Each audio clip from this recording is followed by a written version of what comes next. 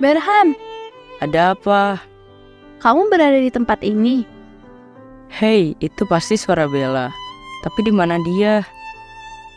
Berham kok tahu kalau Bella yang dipanggil Berham? Berham mengenal suara Bella karena kami sering bermain bersama. Bagus, bagus.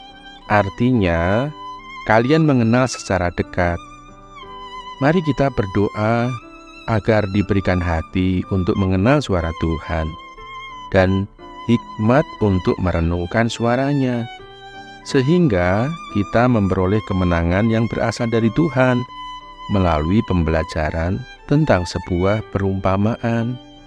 Pasti ada pesan khusus yang disampaikan buat orang percaya untuk mengerti siapa yang dimaksud dengan sesama manusia. Yuk teman-teman, kita perhatikan. Ya, anak-anakku yang terkasih di dalam Tuhan, bersyukur hari ini kita boleh kembali merenungkan firman Tuhan yang diambil dari BDKA 12 ya, dengan topik pergilah dan perbuatlah demikian. Diambil dari Lukas pasal 10 ayat 36 dan 37. Kita terlebih dahulu bersatu di dalam doa. Ya Tuhan Allah kami datang kepadamu. Kami mohon pertolongan-Mu untuk membaca firman Tuhan, merenungkannya dalam hati kami, dalam hidup kami. Demi nama Tuhan Yesus kami sudah berdoa. Amin. Nah, anak-anak sekalian, kita tentunya sudah mendengar bukan? Cerita firman Tuhan pada hari sebelumnya tentang seorang Samaria yang menolong sesamanya, yang demikian baik memperhatikan sesama manusia. Nah, setelah menceritakan perumpamaan mengenai orang Samaria yang baik hati itu, anak-anak, Tuhan Yesus kemudian bertanya kepada para ahli Taurat yang ada di sana tentang siapa yang lebih baik dari orang-orang yang lewat, yang melihat keadaan orang yang sedang dirampok penyamun itu, yang sedang sekarat, yang sedang menderita itu, siapakah di antara mereka yang patut disebut sebagai sesama manusia? Kemudian para ahli Taurat itu menunjukkan bahwa orang yang baik hati menolong sesamanya adalah orang Samaria.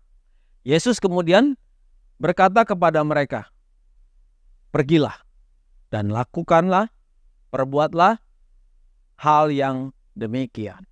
Nah, anak-anakku yang terkasih, perumpamaan Yesus itu menuntut para pendengarnya untuk memiliki belas kasihan kepada orang lain.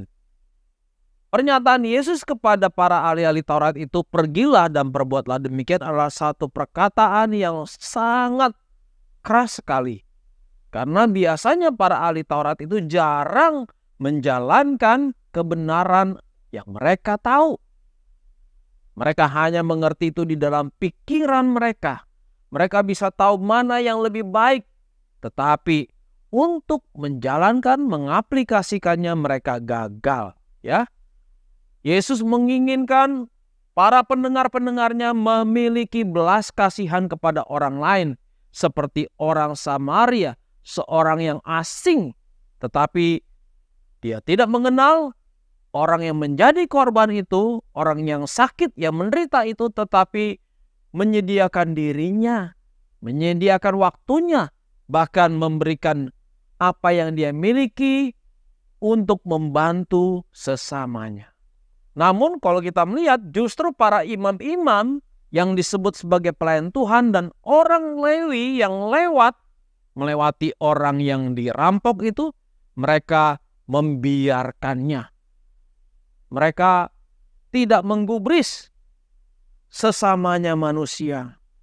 Padahal mereka itu adalah orang-orang yang setiap hari membaca Taurat Tuhan. Dan setiap hari barangkali mereka ada di sinagog atau di bait Allah.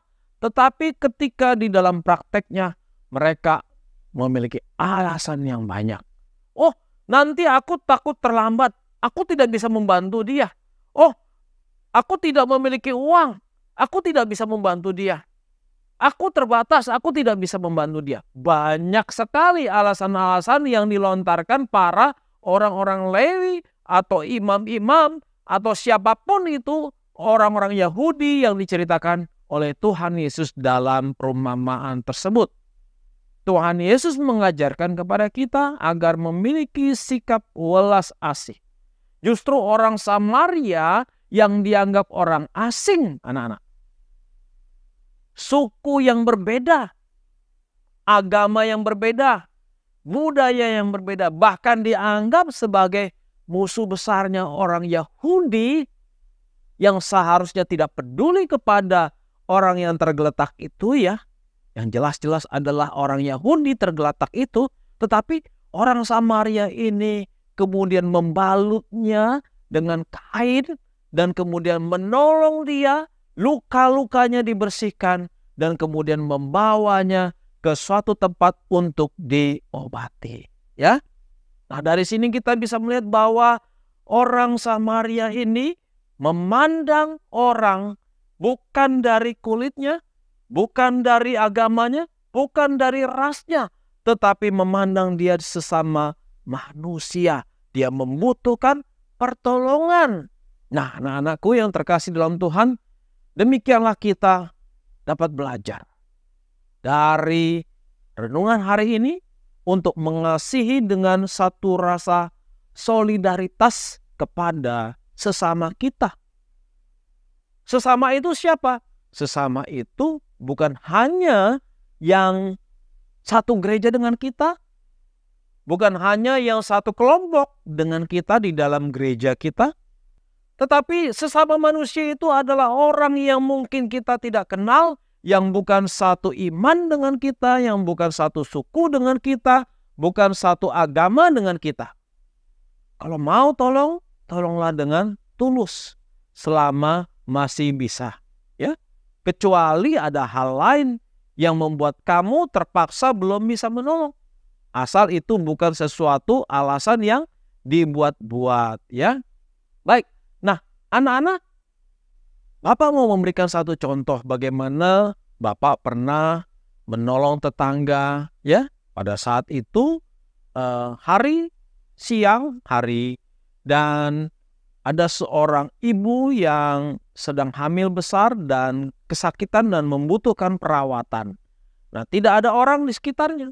Maka Bapak kemudian harus menolongnya, membawanya dari rumahnya ke rumah sakit dengan mobil saya pribadi. Ya, dengan dibantu oleh beberapa orang yang ada, ya, dengan jumlah yang terbatas yang ada pada saat itu, Bapak bawa seorang ibu yang sedang hamil tadi ke rumah sakit. Dan puji Tuhan bisa menjadi berkat apa yang Bapak lakukan kepada sesama manusia, tetangga dekat sendiri. Sehingga ibu itu kemudian dapat melahirkan anaknya dengan baik di rumah sakit, ya. Kepada siapa saja kita bisa melakukan bantuan pertolongan, anak-anak, ya.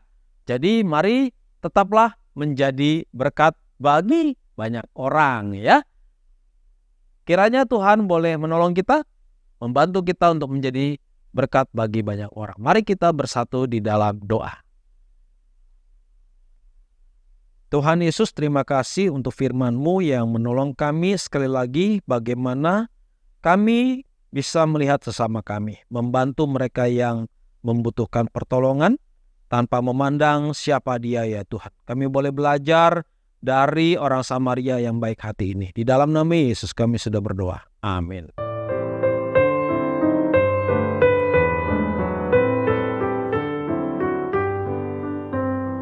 Perumpamaan orang Samaria ini mengingatkan kita pada kebaikan Yesus, ya Pak. Dulu kita bagaikan orang malang yang melakukan perjalanan seperti itu. Di tengah jalan, iblis musuh kita telah merampok habis-habisan.